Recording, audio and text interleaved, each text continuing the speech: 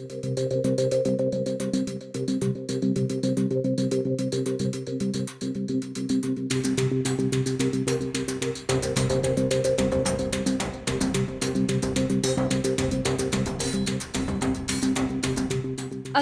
और काशी के बाद उज्जैन के धार में स्थित भोजशाला का सर्वे किया जा रहा है। मध्य प्रदेश हाईकोर्ट के आदेश पर भारतीय पुरातत्व सर्वेक्षण यानी ASI की टीम धार स्थित भोजशाला का सर्वे कर रही है। दूसरे दिन का सर्वे शुरू हो चुका है। वहीं सर्वे के पहले दिन ASI की टीम को कई सबूत मिले हैं। दरअसल हिंदू और मुस्लिम पक्ष दोनों ही इस जगह पर अपना अधिकार का दावा करते हैं। ऐसे में वास्तविकता क्या है, इसका पता लगाने के लिए हाईकोर्ट ने ASI की टीम को जिम्मेदारी सौंपी है। ASI की जांच से हिंदू पक्ष संतुष्ट नजर आ रहा है, वहीं मुस्लिम पक्ष इस पर आपत्ति जता रहा है। मैं तो सर्वे कल का जो है पूरा जीरो मानूंगा। मेरी सबसे पहले फर्स्ट फॉर ऑब्जेक्शन ये रहेगा कि जब पक्षकार मौजूद नहीं है और माननीय हाईकोर्ट ने, अगर आप अधिकारी लेवल पे उसका सब जानते हैं, तो जब पिटिशनर को दोनों तरफ पक्ष के मौजूदगी में सर्वे का ऑर्डर किया गया है कोर्ट ने, तो जब एक पक्ष मौजूद नहीं है तो आपने सर्वे किया क्यों? और अगर करना भी था तो कम से कम 24 घंटे पहले या एक दिन पहले उसकी सूचना या जो भी नोटिस किया था उससे हमें तामील तो कराना था। चूंकि मैं एडमिट था और मैं 20 तारीख की नाइट से एडमिट हूँ।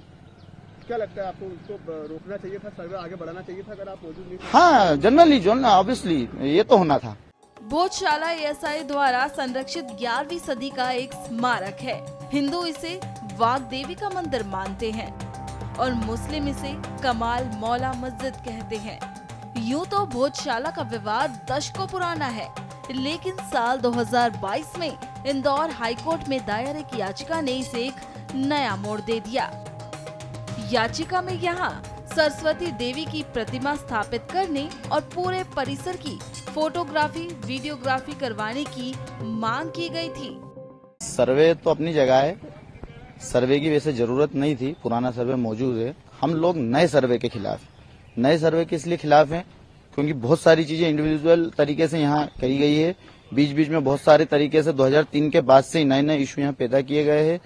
अंदर बहुत सारी इलीगल गतिविधियां की गई है, बहुत सारे मॉन्यूमेंट में हर तरीके से छेड़छाड़ की गई है और इसकी हर बार शिकायत मेरे द्वारा, समाज के और जनप्रतिनिधि द्वारा प्रशासन को, जिला प्रशासन को, केंद्र प्रशासन को सबको अवगत कराकर ज्ञापन के माध्यम से, आवेदन के माध्यम से, जिस तरीके से हो हमने सब किया है। और इसी के तहत जब कोई सुनवाई नहीं हुई तो हम 2019 में हाईकोर्ट के समक्ष गए, एक पिटीशन दायर की मौलाना कमालुद्दीन वेलफेयर सोसाइटी, जिसका मैं प्रेसिडेंट हूं, उस नाते कि इसमें हाईकोर्ट दखल दे और कोई गाइडलाइन बना दे कि पुरातत्व विभाग अगर कोई चीज की अनुमति देता है अंदर जाने की तो उसका ख्याल भी रखे क्या क्या चीजें अंदर जाएगी, क्या क्या चीजें अंदर नहीं जाएगी, और जो इलीगल गतिविधियां अंदर हो रही है उसके लिए हमने वो याचिका लगाई थी जो पेंडिंग है। उससे पहले हमारे समाजजनों ने 5 सदस्यों ने एक टीम बना करके वक्फ बोर्ड के अधीन जबलपुर हाईकोर्ट में एक पिटीशन दायर की थी, वो भी पेंडिंग है।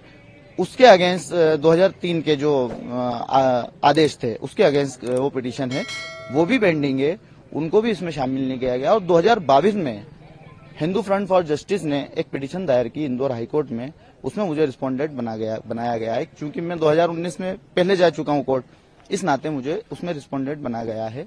लेकिन उसमें उन लोगों ने क्या किया कि 5 फरवरी 2024 में एक इंटरिम आवेदन पेश किया गया। उस इंटरिम आवेदन में सर्वे की मांग की गई। चूंकि हमारे वकील अजय बागलिया जी वहां पे थे, उनको कॉपी देना थी। हाईकोर्ट का ये बहुत बड़ा मिस पॉइंट है कि हमारे याचिकाकर्ता के वकील को कॉपी नहीं दी गई। उनको पता ही नहीं किस चीज पे बहस करना है।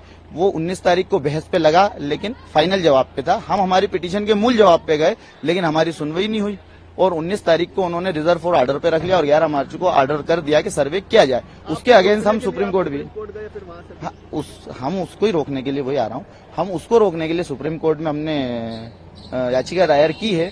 16 मार्च को हमने वो याचिका दायर की दी है। उसमें मेंशन भी मांगा गया, लेकिन वो मेंशन खारिज कर दिया गया अर्जेंट हियरिंग से। हमको 1 अप्रैल उसमें तारीख दी गई है और अचानक से 22 मार्च को सर्वे के मतलब चालू करने का आदेश रात की 1 बजे मुझे घर पर नोटिस चस्पा के माध्यम से पता चला, और दिन में सोशल मीडिया के तौर तरीके से जो चीजें मेरे पास आई, तो मैंने उसके लिए कलेक्टर महोदय को और जो सुप्रिंटेंडेंट है और जो भी एसआई के अधिकारी है उनको एक लेटर इशू करा कि मुझे लीगली तरीके से नोटिस दिया जाए। हम जब से सुनवाई पे जा रहे हैं, जब से कोई नोटिस ही नहीं आ रहा है, तो कम से कम हमें पहले से पता हो, हम प्रिपेयर हो, तैयारी हो, समाज के लोगों से बातचीत कर सके, हमारे जनप्रतिनिधियों से बातचीत कर सके, वरिष्ठों से हम मार्गदर्शन ले सके। लेकिन इस तरीके का कुछ भी व्यू ना कोई प्रशासनिक अमले की तरफ से हमें मिला, ना कोर्ट की तरफ से मिला, तो उसके अगेंस्ट हम सुप्रीम कोर्ट गए हैं। हिंदू पक्ष इस स्थान को सरस्वती मंदिर मानता है, जबकि मुस्लिम पक्ष मस्जिद बताता है। धार की भोजशाला में मंगलवार को सूर्य उदय से सूर्यास्त तक हिंदुओं के लिए प्रवेश की अनुमति होती है। वहीं शुक्रवार दोपहर 1 बजे से 3 बजे तक केवल नमाजियों को अंदर घुसने की इजाजत होती है।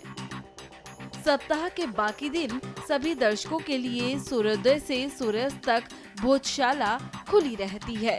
यह वर्षों से सत्याग्रह हिंदू समाज का चक्रिया है, भोजोत्सव समिति द्वारा भी चलाया जा रहा है, और ये फैसले से सारा हिंदू समाज, सकल पंच हिंदू समाज की जीत हुई है और सब खुश हैं।